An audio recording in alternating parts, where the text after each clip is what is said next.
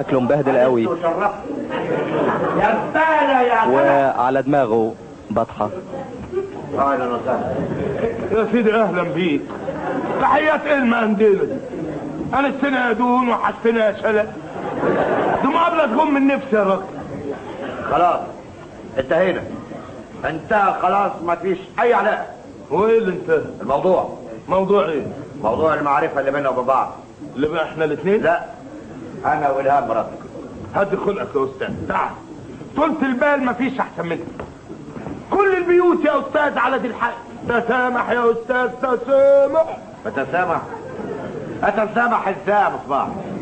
بقالنا سنتين متجوزين واحنا على الحالة دي، خناق مستمر، مشاحنات، بهدلة. انتوا بتضربوا بعض كمان؟ من ناحيتي انا ما بمدش ايدي على واحدة ست. يعني هي اللي ايوه هي اللي بتضربني. ده انت يا ابني مفيش فيك حتة سليمة. ابدا ابدا ابدا. كل ده من مراتك؟ منها شوية ومن كلبها شوية. كلبها؟ عندها كلب متوحش، صدق يشوفني وبص لي راح حمرني وقفشني من زمارة رقبتي، وهات يا خربشة وهات يا مربطة لما يمسح بيها الارض.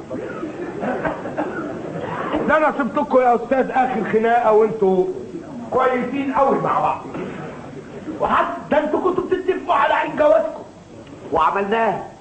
مبروك. وكانت حفلة كويسة وكنا في منتهى الانبساط. باينة.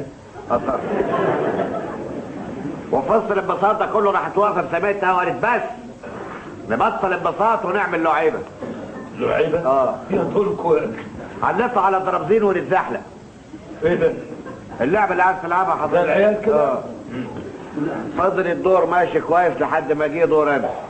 يا دوب لسه همد رجلي على الدرابزين عشان انزل، وبعدين كمل. وبعدين لما وقعت على الارض قعدوا المعازيم كلهم يضحكوا، وهي بقى هي ابنها خصوصي ماتت على روحها من الضحك، وزياده في النكد راحت شايله الكلب بتاعها وقعدت تطبطب عليه.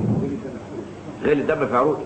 رحت خاطف الكلب من فروته ورحت جاري على الفريجيدير ورحت فاتح الفريجيدير ورحت حاطط الكلب في الفريجيدير ورحت قافل الفريجيدير. غير الدم في عروقها. مسكت كرسي وراحت ملبسها لي. طبعا اتنرفزت، رحت ماسك حله ورحت ملبسها لها. قامت المعركه، هربوا المعازيم واستمرت الحرب حبية الوطيس لحد دلوقتي. شيء غريب كده يا اخي. ده انتوا متجوزين على حب وانسجام، معقول الحب وانسجام ينقلب الى ضرب وارتحال؟ مش معقول ليه؟ البركه في المحولجي. عمت مراتي نفيسة هانم هي اللي حولت مراتي من حمامة وديعة إلى قنبلة مخيفة. ليه؟ وليه بلغت من العمر 48 سنة ولسه ما اتجوزتش لحد دلوقتي؟ وليه ما اتجوزتش؟ محسوبة غلط في وسط الستات، عشان كده اتكونت عندها عقدة من ناحية المتجوزين. أصبحت مهمتها الأولى خراب بيت المتجوزين. وسكنتوها معاكم؟ ابدا يا سيدي، هي ساكنه في الشقه اللي فوق وبتيجي تزورنا من وقت للتاني، وفي كل زياره تيجي تروح مديه مراتي حقنه مسممه تحولها من الهام الى طرزات.